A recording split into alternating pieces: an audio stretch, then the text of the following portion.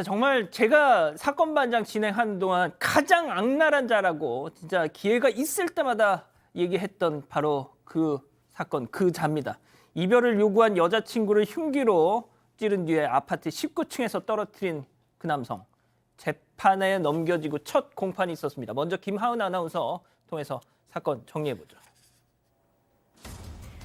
네, 지난해 11월 발생한 사건인데요. 남성이 동거를 하고 있던 여자친구를 흉기로 여러 차례 찌른 뒤 19층 아파트 베란다에서 밀어 떨어뜨려 살해했습니다. 여자친구가 이별을 요구했다는 이유로 이런 범행을 저지른 건데요. 범행 직후 남성은 경찰에 극단적 선택을 하겠다고 했지만 결국 체포됐습니다. 그런데 수사 과정에서 새로운 사실이 밝혀졌습니다. 남성의 모발에서 마약류가 검출된 건데요. 마약이 범행의 직접적인 이유가 된 건지는 아직 밝혀지지 않았는데 이 때문에 남성이 심신미약을 주장하는 게 아니냐는 우려의 목소리가 나오고 있습니다. 어제 남성은 첫 재판에서 어떤 주장을 했을까요? 자, 백 기자가 조금 당시 사건 개요를 좀 설명을 해주시죠. 네, 몇 차례 전해드리긴 했습니다. 지난 11월이고 서울 서초구에 있는 한 아파트였습니다. 이 남자친구가 전 여자친구에게 피해자라고 하겠습니다. 피해자에게 여러 차례 남자 관계에 대해서 추궁을 하고 여자친구가 더 이상 참지 못해서 헤어지자고 말하는데요. 계단참에서 흉기를 휘둘러서 몇 번을 찌릅니다. 그다음에 그대로 끌고 올라와서 19층의 베란다에서 떨어뜨립니다. 결국에 이렇게 살해를 했는데 그러면서 경찰서에 자기가 전화를 합니다. 자수를 하면서 나도 죽으려고 한다. 극단적인 선택을 하겠다고 경찰에게 말을 했는데 결국 그런 행동은 하지 않았습니다. 자, 그러면 여기서 세 번째 사건 체크포인트 짚어보죠. 결국 양 변호사님 저런 주장을 하고 있다는 겁니다, 지금. 네. 예? 뭐 주장입니다. 예. 이제 주장이고요. 어제 첫 재판이 열렸고 당연히 자기가 자수를 했으니까 이거는 뭐 부인할 이유도 없지 않습니까? 범죄는 전부 다 인정을 하는데 대신 변호인이 주장했던 부분은 2004년경부터 치료를 받았던 그런 경력이 있었고 이 사건 전에는 잠을 거의 한 40시간 자지 못했다. 그래서 이게 정상적인 상황에서 저지른 범죄인지를 한번 감정을 해달라고 정신감정 신청을 한 겁니다. 정신질환. 일단 마약으로 인한 범행인지는 확인이 최종적으로 되진 않았고. 자, 그런데 이제는 또 정신질환. 승 의원님. 네, 기본적으로 이게 정신질환이 되려면 제가 지금 안 그래도 뭐 자료들을 좀 찾아보고 있는데 이게 마약 상태라는 게 자발적으로 의도적으로 자기가 그런 어떤 심신미약 상태를 만들었다면 이걸 어떻게 설명할까 싶은데 원인에서 자유로운 행위라는 게 있어요. 그러니까 내가 어떤 행동을 통해서 내가 그러한 상태로 가는 걸 내가 알고 그 상태를 만들어서 범행을 저질렀을 때는 그게 심신미약이 됐건 심신상실이 됐건 절대로 그 상태에서 범죄했는 거를 심신미약이라고 판단해 주지 않거든요. 쉽게 말하면 제가 어떤 용기를 얻기 위해서 술을 정말로 많이 먹어서 완전히 블랙아웃 상태에서 범죄를 저질렀고 그 블랙아웃 상태라는 게 입증됐다 할지라도 제가 의도적으로 술을 마셨기 때문에 그거는 원인에서 자유로운 행위라서 처벌받을 수 있어서 이 상태에서 제가 봤을 때 정신질환, 자기 범죄를 숨기기 위해서 했다고 할지라도 통용되기는 좀 어렵지 않을까 그렇게 생각합니다.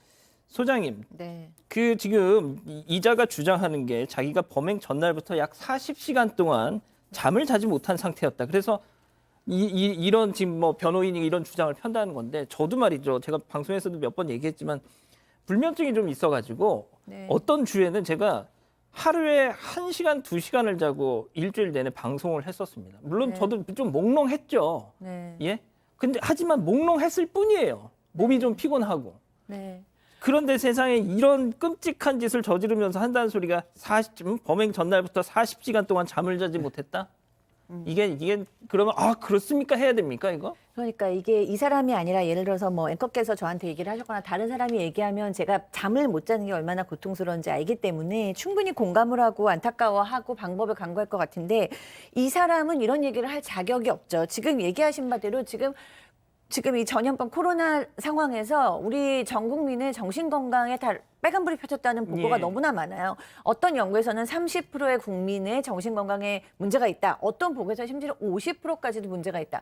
제 주변에도 지금 며칠째 거의 잠을 못 자고 있어요라는 얘기는 제가 너무나 부지기수로 많이 듣고 있고요. 그다음에 이제 뭐 정신 질환이 있어서 치료를 받았다. 이것도 너무 많은 분들이 치료를 받고 그다음에 이제 나아져 가고 있어요. 근데 이렇기 때문에 내가 살인을 저질렀다. 그것도 정말 극악무도하게 정말 최고 잔인한 살인을 저질렀다. 이게 지금 핑계가 된다고 얘기를 하는 건지 좀 묻고 싶고요.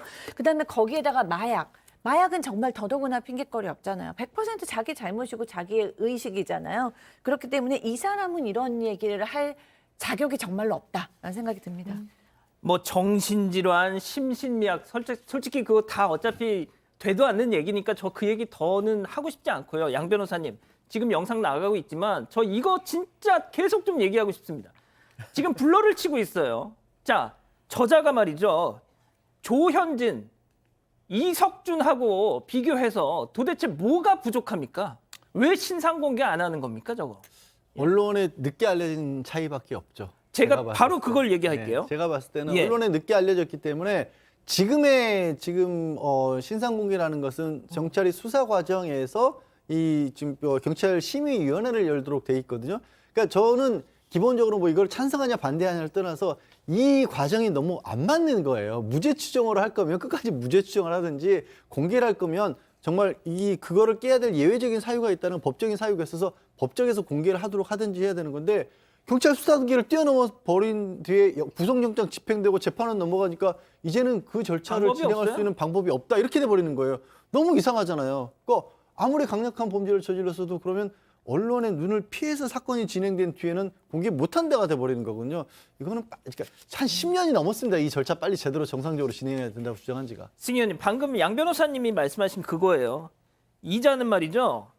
그 신변보호를 받던 여자친구를 살해했던 김병찬 사건의 최대 수혜자입니다. 이게 무슨 소리냐면은 저자의 사건이 있고 나서 이틀 뒤에 김병찬 사건이 터졌어요.